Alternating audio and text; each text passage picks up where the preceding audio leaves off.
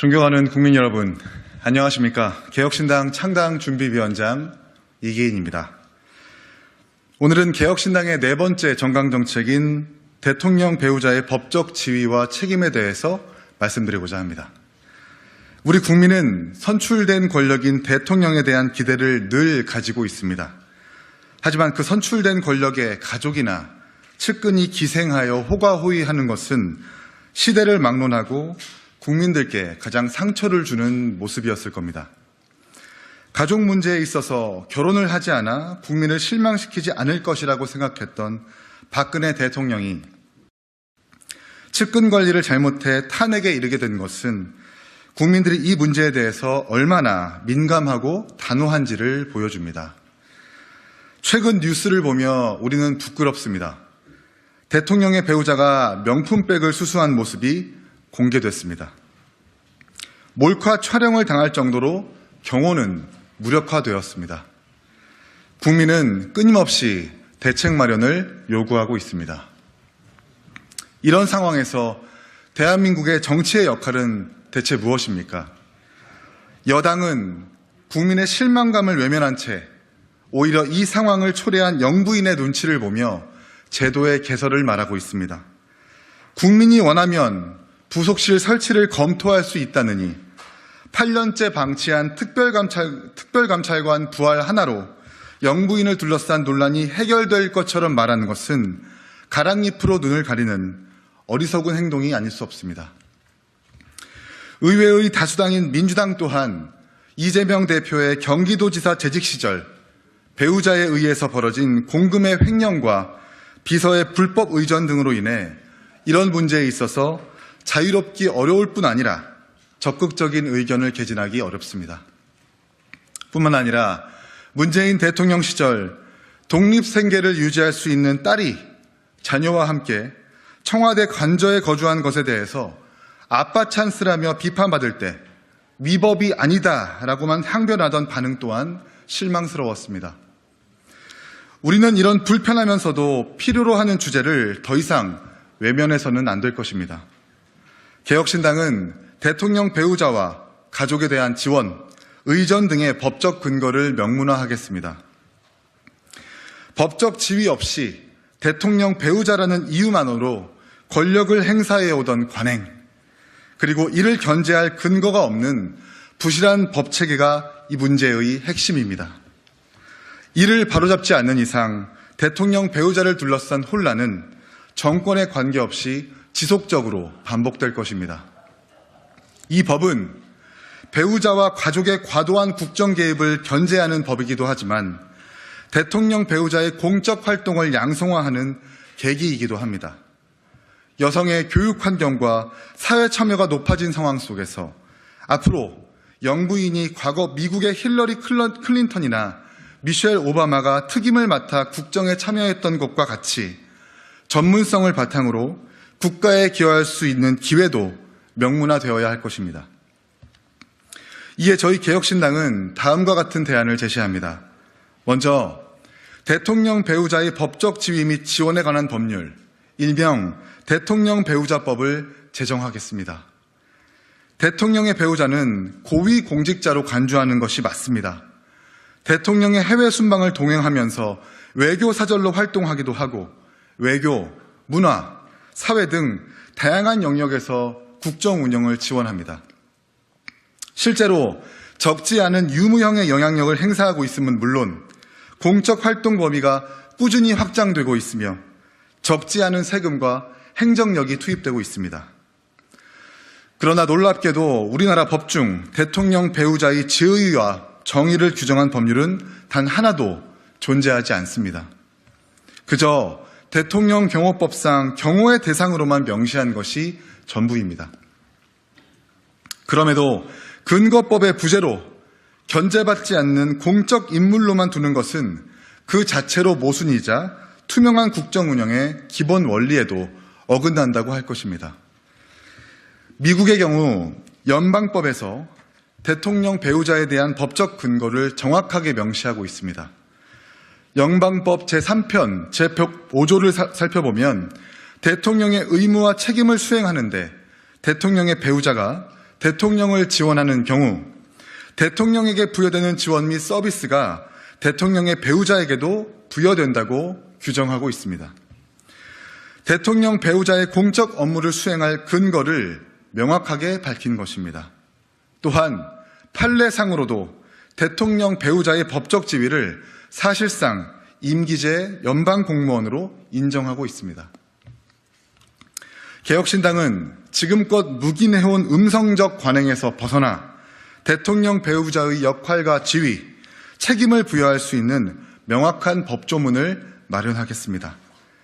대통령 배우자의 법적 지위와 정의, 책임과 의무뿐 아니라 그에 따른 권리와 지원, 국가적 차원에서 필요한 보호를 함께 다루는 방향이 될 것입니다. 다음으로 대통령 배우자와 관련 형사상 소추의 원칙과 뇌물죄, 청탁금지법 등의 주체에 대해서 명확하게 규정하겠습니다. 모금의 불법성으로 문제가 됐던 이순자 씨의 새세대 심장재단, 이명박 대통령 시절 700억 원이 넘는 예산이 투입된 김윤옥 여사의 한식 세계화 사업, 김영삼 대통령 부인 손명순 여사의 문화예술 지원, 김대중 대통령 정부 시절 이희호 여사가 적극 주도한 여성부 설치 등 모두 영부인이 중심이 되어 추진했던 공적 업무들입니다. 사업의 내용과 취지를 폄훼하자는 것이 아닙니다. 수많은 세금이 들어가는 이 공적 사업들을 공직자가 아닌 자연인, 대통령과 혼인한 자연인이 추진했다고 해도 과언이 아닌 허점을 지적하는 것입니다. 위 사례 중 예산 낭비와 졸속 추진에 따른 감사원 감사 조치까지 이어진 사업이 있었으나 그 과정에서 책임은 영부인이 아닌 사업을 뒷받침한 공무원들이 져야 했습니다. 왜 사업을 추진한 이가 아닌 M1 공무원들, 그저 지시에 충실히 임했던 공무원들만 책임을 져야 한다는 말입니까? 대통령 배우자에 대해서 공무원에 준하는 지위를 적용하여 각종 뇌물죄 및 청탁금지법, 공직자윤리법의 주체로 명시하고 형사소추의 원칙을 천명하겠습니다. 대통령 배우자와 관련된 부패범죄와 비위 행위들이 적지 않은 역사를 반면교사 삼아 양성적 법제화를 통해 투명한 국정운영을 도모하게 할 것입니다. 마지막으로 대통령 배우자의 모든 공적 활동에 대한 기록과 보존, 공개를 의무화하겠습니다. 거듭 강조하지만 대통령 배우자는 고위 공직자로 간주해야 합니다. 그들이 하는 공공의 역할 또한 투명하게 기록되고 공개되어야 마땅합니다. 그러나 현재 제정된 어떤 법에도 대통령 배우자의 행적을 기록할 관련 근거가 전무할 뿐 아니라 기록 또한 없습니다. 노무현 정부 시절 제2부속실이 기록한 권양숙 여사 활동 자료집이 유일한 사료인데 그마저도 학계 연구 자료용으로 단 50권만 찍었다고 합니다. 우리는 지금까지 흔적도 기록도 없는 대통령 배우자의 활동을 묵인해 온 것입니다. 대통령 기록물 관리에 관한 법률 등 관련법의 개정을 통하여 대통령 배우자의 모든 활동을 기록하고 국민들께 투명하게 공개하겠습니다. 대통령 배우자가 국가로부터 어떤 지원을 받았는지, 국가의 정책 형성과 결정에 얼마만큼의 영향력을 미쳤는지, 국민의 세금이 쓰인 배우자의 모든 공적 활동의 기록을 의무화하고 공개하여 국민의 알 권리를 충족하고 투명한 국정 운영을 도모하겠다는 약속을 드리겠습니다. 존경하는 국민 여러분, 정파에 따라 상대 진영 대통령의 배우자를 비난하는 것은 어려운 일이 아닙니다. 우리 정치권에서 흔히 볼 수 있는 풍경입니다. 때로는 과도한 악마화가 덕지덕지 붙어서 눈살 찌푸려지는 소설의 대상이 되기도 했습니다. 정치를 헐리우드 가심의 수준으로 격화시키는 방법은 아닐런지요. 모두 대통령 배우자를 둘러싼 공적 인물로 취급하지 않고 베일에 쌓인 존재로 방치해서 생기는 일이라고 저희 개혁신당은 진단합니다. 저희 개혁신당은 그 해묵은 관성을 단호하게 거부합니다. 손쉬운 비난의 화살 대신 문제 해결에 관역을 그리겠습니다. 오늘보다 더 나은 내일은 누군가가 그런 대안을 꿈꿀 때 비로소 찾아올 수 있다고 믿습니다. 개혁신당은 미래로 가겠습니다. 영부인의 사생활을 둘러싼 공방으로 국회가 공전하지 않는 대한민국을 만들겠습니다. 감사합니다. 감사합니다. 첫 번째 정강정책 시리즈로 영부인의 법적 지위와 그에 대한 책임에 대해서 말씀을 드렸습니다. 저희 정강정책 연설문에 담기진 않았지만 대통령 배우자뿐 아니라 단체장의 부인도 동일한 기준을 또 동일한 가이드라인을 마련해야 한다고 저희는 주장하고 싶습니다. 사실 현재 행안부 지침상 대통령 배우자 및 단체장의 배우자에 대한 규제는 규제로만 그칩니다.